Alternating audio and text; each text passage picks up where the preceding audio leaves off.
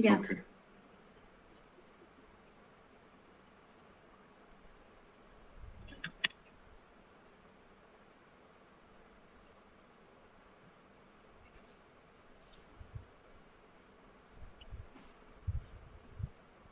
Okay, good evening to all. I welcome our viewers to today's Northeast India Dialogue. For this month, our desk is arranging a series of dialogues focusing on ethnic minorities in India's immediate neighborhood. And our topic for today's dialogue is Uyghurs of Xinjiang, Muslim frontier in a socialist state. I am Dipannita Maria Bagh, and I will be moderator for the session. And our guest for this evening is Paul J. Mooney. Paul is an American freelance journalist who has reported on Vietnam, Burma, China, Taiwan, and Hong Kong since 1985. Paul has been on staff at Reuters, Newsweek, the Far Eastern Economic Review, the South China Morning Post, and Night Rider Financial News. His articles have appeared in leading publications and websites around the world. Paul is recipient of 14 journalist awards for his reporting on China, and he was based in Beijing since 1994 till 2012. Following this, he moved to Burma. Paul, is it so? You moved to Burma, right? Cover the Rohingya crisis, right? And besides these, I need to add something that Paul has been, previously engaged in the region. He was there during the Vietnam War, right, Paul? In Vietnam in the 70s. Right. And then he completed his higher education, MA in International Relations, specializing in East Asian Studies at Columbia University. And now he's writing a comprehensive account on the history of Xinjiang. Right.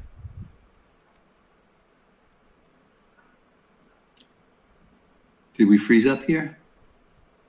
My screen is frozen.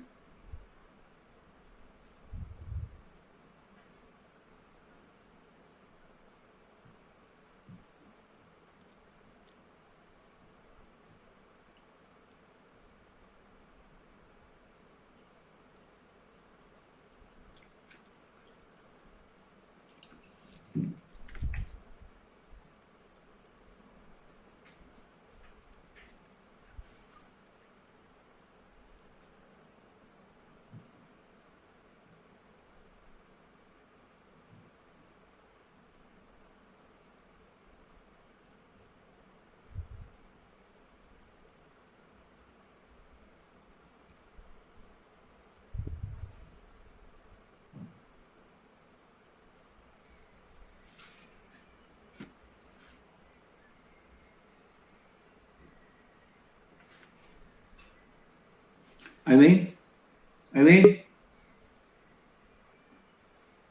Hello, I'm so sorry. Okay, that's okay. Yeah. So my first question would be, who are the Uyghur people? Could you tell us? Yeah, the Uyghurs are Turkic peoples that have lived in that Central Asia area since ancient times. The history is quite complicated because the region, that area, Xinjiang as we know it today, the map is completely different from what it would have been hundreds of years ago. So it was in that area is changing. There were different groups that kind of control the area. Complicating that is that the Chinese people have an interpretation of history that claims Xinjiang has been since ancient times for thousands of years, which is completely false. And the Uyghurs have their own interpretation that maybe gives themselves kind of more of a claim to their identity in that region. So it's a complicated issue. But basically the Uyghurs are Turkic Muslim people. They have their culture, language, religion, nothing to do at all with China.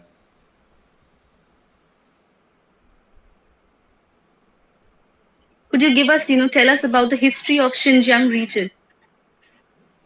So like I was saying, in earlier history, it was occupied by different peoples. The map was constantly changing, and there were different rulers. In the 1800s, the Qing dynasty of China occupied Xinjiang, but again, different groups wrestled back and forth for control.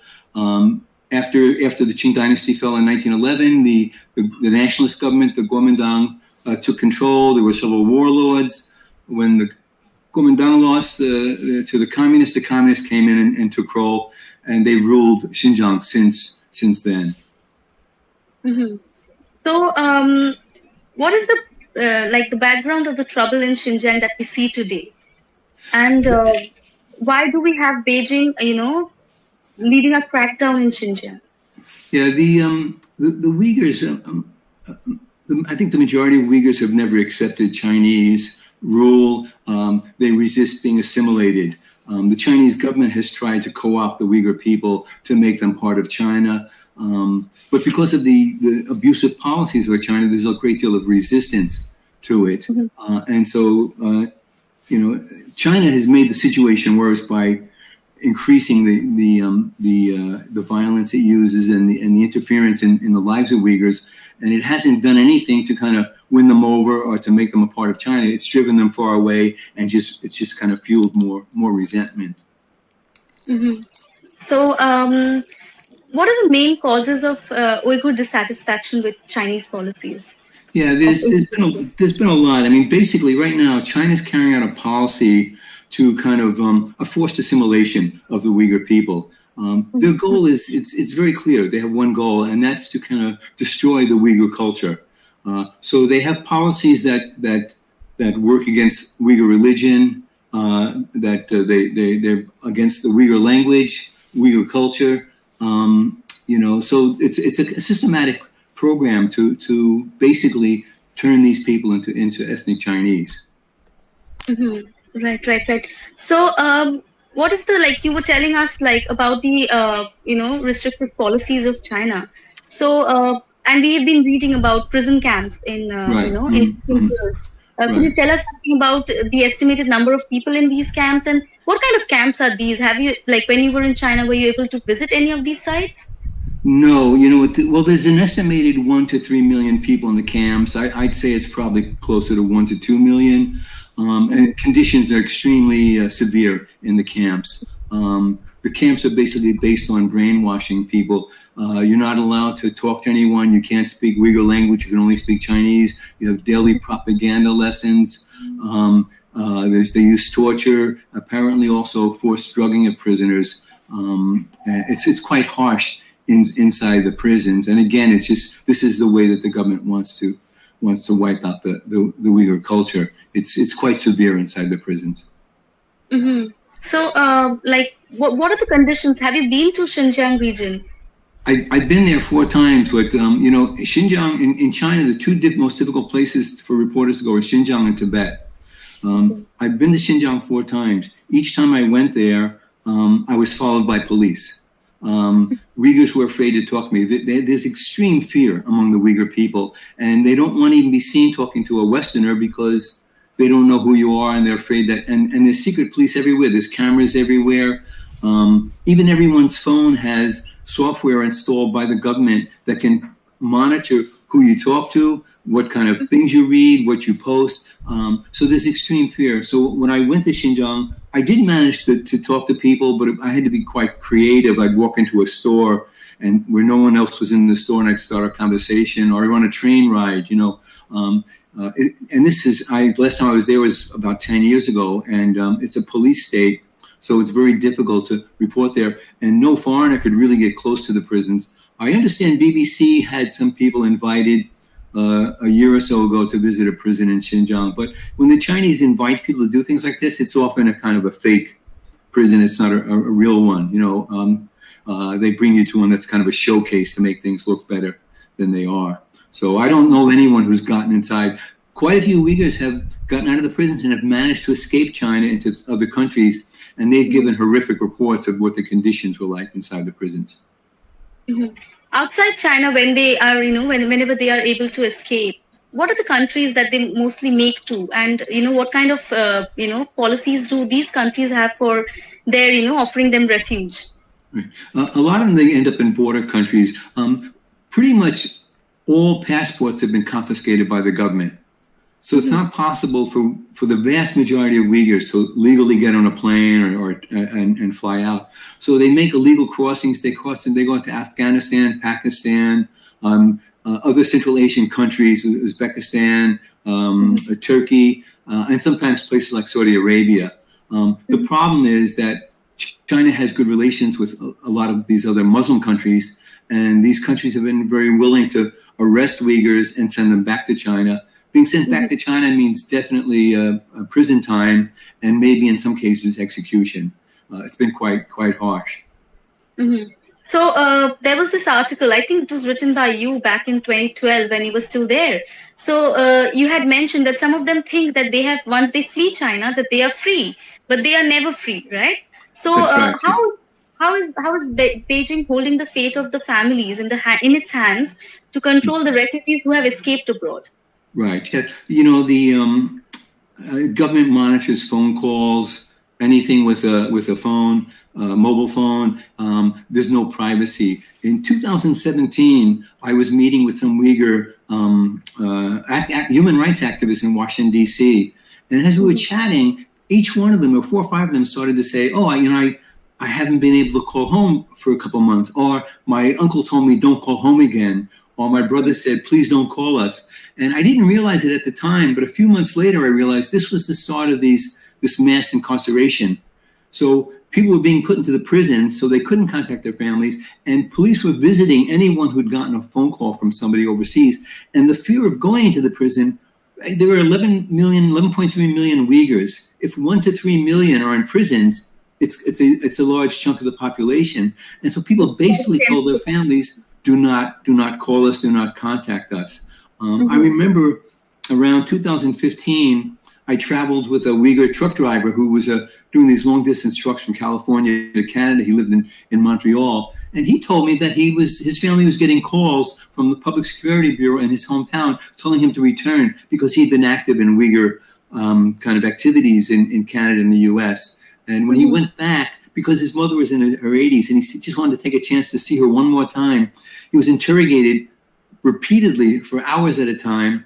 And basically, the police made him promise that he would spy on other Uyghurs when he got back to Canada. When he got back to Canada, he just ignored them. They called him several times. He ignored them. I don't know if anything happened to his family. He felt my mother's in her 80s. I just wanted to see her one more time. But the Uyghur population living overseas lives in fear because they hold your family hostage. And this is for all Chinese that are involved in any kind of politics. I spoke to a Chinese professor a couple of years ago who taught about human rights in China, and she said it's really kind of difficult to work in this field of writing about human rights in China because you have to basically give up your whole family. You can't have contact with them anymore because they'll use that against you. And this is what happens to the Uyghur people. So a lot of them are afraid. And are we still on? We still here?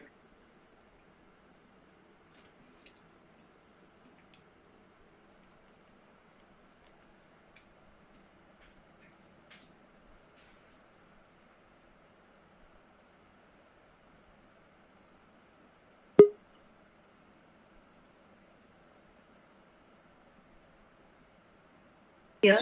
Am I audible? I'm so sorry for the network Yeah, that's issues. okay. That's okay. Yeah. A year ago, I traveled to Canada. I went to 3 cities, and I went down the East Coast of the United States, and I interviewed dozens of Uyghurs. Every one of them had a family member in prison or who disappeared. They didn't know where they were. And one woman spoke to me, and she told me all about her family. And I said, "Are you sure you want to talk about this?" And she said she feels that the situation is so bad it can't get worse. And the Uyghurs said that they found that the families that made a big fuss, that really highlighted, are you there?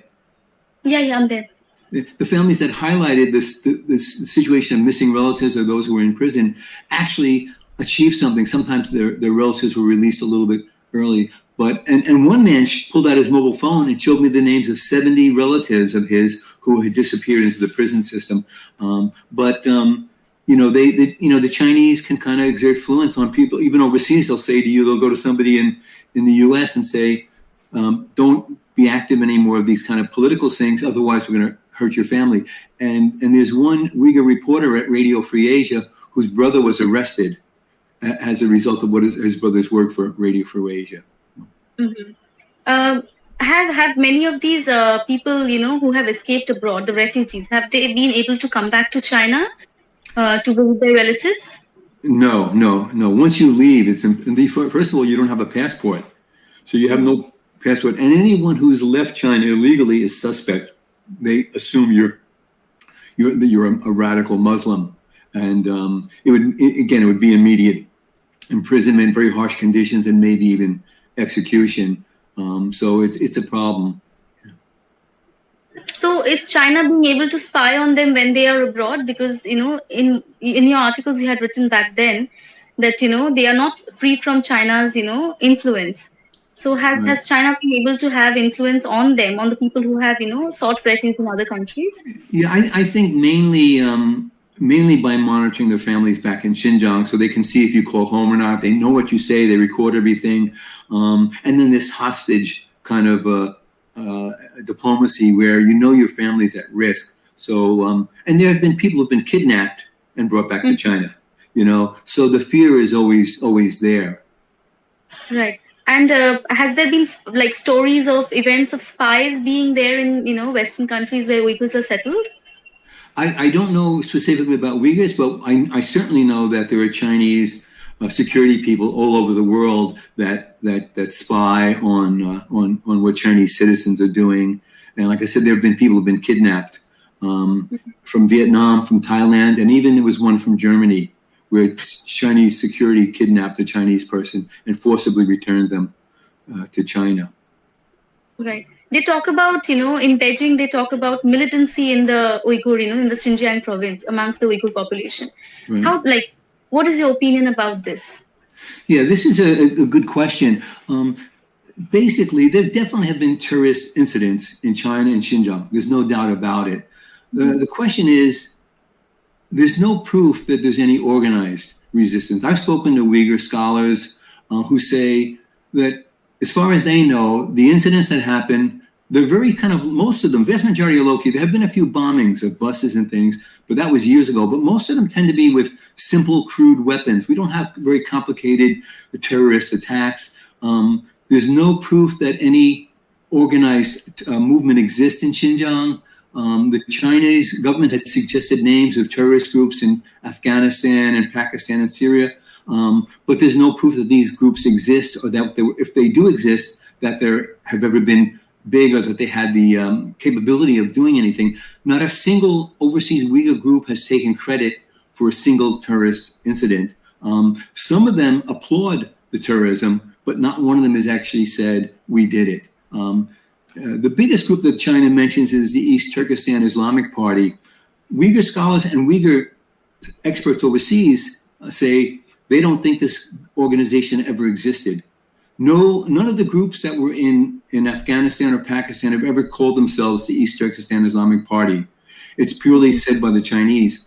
What complicated it was that right after 9/11, China saw a good opportunity that if they could kind of get the Western world on their side over about fears about terrorism, that they could basically have a free hand, a fig leaf, to carry out very kind of draconian policies against the Uyghurs in Xinjiang. And this worked because the U.S. wanted Chinese support for the invasion of Iraq and for the war on terror. So the U.S. basically said, okay, we'll put a Uyghur group on our terrorist watch list in exchange for your support for the Great War on Terror. The Chinese had given a bunch of names. The U.S. only put one group, which was the East Turkestan Islamic Party, which scholars say either never existed or was only a small handful of people, never had any influence or power or capability, had never taken credit for anything happening in China. But unfortunately, the UN did this, the US did this, the UN did this, and then for the last 20 years, other countries, and even the media, I see this even every week, where the Western media is saying, oh, the East Turkestan Islamic Party, a terrorist organization, that wants an independent China. It's complete nonsense. So the Chinese have done quite a good job of using that as an excuse. And when I talk to people, sometimes they say, well, look, they have a terrorist problem. But, the problem is not that serious. They've never had like a 9/11 like in the U.S. where 5,000 people get killed. It's small incidents. So in November, the U.S. took ETIM off of the terror watch list, saying there had been no indication that for the last decade that the group existed. The U.S. had some statement on this. The State Department, they used the same exact statistics that the Chinese white paper used, the same exact numbers. Mm-hmm. Most people in the West believe that the U.S. just took China's word for this. There's no independent investigation or intelligence gathering on this topic. Whatever information the U.S. has is still classified, so we don't know. But it seems that the U.S. just did this for political reasons. And they took it off the list for political reasons. But I think before Trump and Pompeo left office that they wanted to kind of hit back at China, so they took it off the list. But based on this exaggeration, we have a quite serious situation today. And few Western countries, few other countries want to criticize China because they believe there is a terrorist organization problem. And even Muslim countries, they're very close to China, either politically or economically. It's very rare. I think the only country that has criticized the treatment of the Uyghurs is Turkey a few times. But all the other Uyghur, even Muslim countries have defended this and said, oh, China is right in what it's doing. So it's a serious problem. The Uyghurs have no one really standing up for them. Right. China, internationally maintains a very different position on human rights. And so what do you think about these, the domestic policy of China on human rights and the international standing on human rights? Don't you think these are parallel, absolutely, it's double standards? Oh, yeah, sure. I mean, the Chinese Constitution guarantees basic rights: freedom of religion, freedom of expression, freedom of media, freedom of movement, freedom to gather. All these things are guaranteed, but the Chinese government, in reality, doesn't abide by this. And frequently, I'd have Chinese government sources say to me, "Well, you can't force democracy or Western, kind of beliefs on China. We have our own culture." But I would never advocate that. I'm saying just follow your own constitution. If you do that, then you won't have any problem. So everything that China's doing wrong is a violation of their own constitution. Right. And very recently, this August, China had released a white paper on human rights. And they call it a milestone, another milestone achieved, as China's human rights, people have, been uplifted, rights are not being violated. So don't you think, do you think that there has been any kind of convergence between its, foreign standing, international standing on human rights and its domestic standing? Has there been any convergence, or are there still, parallels? I think there's been no improvement at all. I would say I've been gone for 9 years now. I would say things have gotten worse. The situation has definitely gotten worse in Xinjiang. It hasn't improved in Tibet. And even Chinese. I mean, there are quite a few human rights lawyers and activists who are in prison, who are being detained, who are followed, who are under house arrest. Since Xi Jinping came to power in 2012, the human rights situation has gotten far worse. China makes a lot of claims about this, but even, you look at it, just even religion. There are only 5 recognized religions in China. They're all under government control. There are underground Christian groups and Catholic groups, but it's frequently we hear about ministers and nuns and priests and faithful being arrested, being tortured, being beaten. It's quite common. So just if you look, even Chinese people are suffering. It's not just the Uyghurs or Tibetans or Mongolians, the Chinese minorities. It's even Chinese people across the board.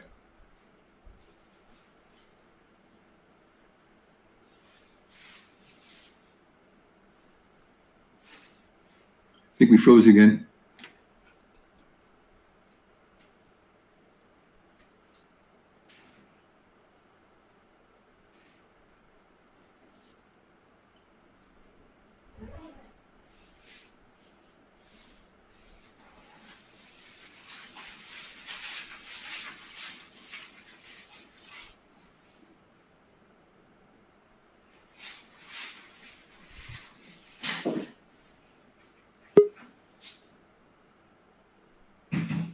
Extremely sorry, Paul. It's okay. Yeah. Please, we can continue with our previous questions. What was the last thing I said? Oh, you want to go to the next question? No, we can continue with what we were talking about. Has there been any these were parallel policies that China has at the international level and at the domestic level. So what kind of convergence has happened? If it really happened at all? Yeah, there's been no improvement, as I said, and it's not just in these ethnic areas like Tibet or Xinjiang or Inner Mongolia. Even Chinese people across the country, religion is cracked down on. They've knocked down churches. They arrest Buddhist monks and Catholic priests and Protestant ministers and people who believe in these religions. There's a well-known human rights lawyer named Gao Zhisheng. He's disappeared for 4 years. His family doesn't know where he is. He's not been charged with any crime. It's quite common to do this, and even it's led to a creation of a new word in Chinese to be disappeared. To be disappeared, because so many people have been picked up off the streets, prominent lawyers and even academics, so the human rights abuses are across the board. And one thing I didn't mention before, but in terms of Xinjiang and religion, in recent years, the Chinese government has been bulldozing mosques, Muslim burial places, cemeteries. They've been just knocking them down. They've restricted the use of Uyghur language in schools. They restrict who can go into a mosque. Young people under 18 and students and all government officials are not allowed to enter a mosque or to pray. I spoke to Uyghur students years ago in Xinjiang who told me that during Ramadan, they were forced to eat. The teachers would invite them to lunch, and if they didn't eat, then they were suspect. And today, if they do something like that and you don't do it, then you'll be sent to prison because you'll be seen as a Muslim radical. And even one of the worst things I've heard of is that they've been taking preschool children from their parents and putting them into boarding schools where they're only educated in Chinese. So they're basically trying to take the Uyghur culture at a very early age. Yeah, it's draconian. So that's sinicization, basically making the entire population homogeneous. So, I think, we need to come to a conclusion now. And what do you think are the policies, that can be, put in place to rectify for these, these draconian laws and the crimes that are being committed against the Uyghurs? Yeah. What kind of it's a difficult problem because China shows no sign at all of backing away. They show no sense, and there's no sign that they'll, I believe if China treated the Uyghurs fairly and didn't interfere in the religion and culture, didn't put people in prison, that there wouldn't be such a problem. There wouldn't be so much resentment. It's Chinese policy that caused the resentment. I think the only thing that will change the situation is if the international community comes together and pressures China on these issues. The U.S. has been doing it in kind of cotton imports and kind of prison labor, things like that. The whole world needs to stand up and tell China and expose what's happening here. Many people say China is powerful, it doesn't care, but it does care. China is very sensitive to this kind of international criticism. So I think the world has to put pressure on China to stop what it's doing. That's the only way I think that it will change. And if there's enough pressure, I think the Chinese will change. Like for foreign journalists like you who have, not been able to return to China, what kind of message does it, sends to countries outside China? Because you had been restricted to travel, right, after 2012. Right. Yeah. Well, I mean, the message is to foreign journalists in China that if you report things that the government doesn't like, you won't be able to stay here. I think most journalists they know what the risk is. I knew what the risk was. I was there 18 years. I knew that any story I did could get me kicked out, and eventually it did. But I never let that affect what I was going to report. If you let that kind of decide what you're going to report on, then what's the point of being there as a journalist? And but certainly it's a lesson for other people. The Chinese talk about killing the chicken to scare the monkeys.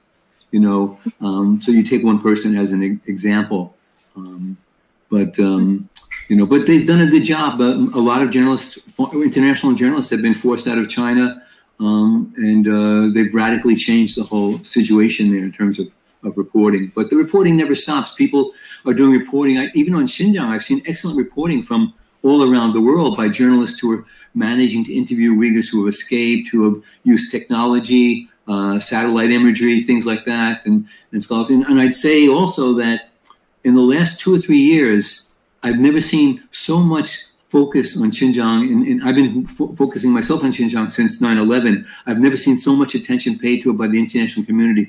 Even famous, Western scholars in the U.S. and Europe who focus on Xinjiang, they've been writing repeated commentaries for newspapers and magazines and reports on what's happening in Xinjiang. This is unprecedented. And I think now, 3 years ago, if I said to somebody, Xinjiang, they have no idea what I'm talking about. Now, if you mention it, most people now know exactly, oh, you mean the Uyghurs? They know what it is. So I think this kind of awareness is important. Yes. That's true that this kind of awareness is really important, and that's why we have, taken up the time for this. And I'm really, want to thank you for, giving your time to us this Sure, evening. happy to. Yeah, thank you. Yes, and let's keep in connected, and maybe we can arrange something again in the future. Okay, sure, that'd be great. All right, thank you, Maria. Thank you so All much. right, have a good day. Bye. You too. Bye.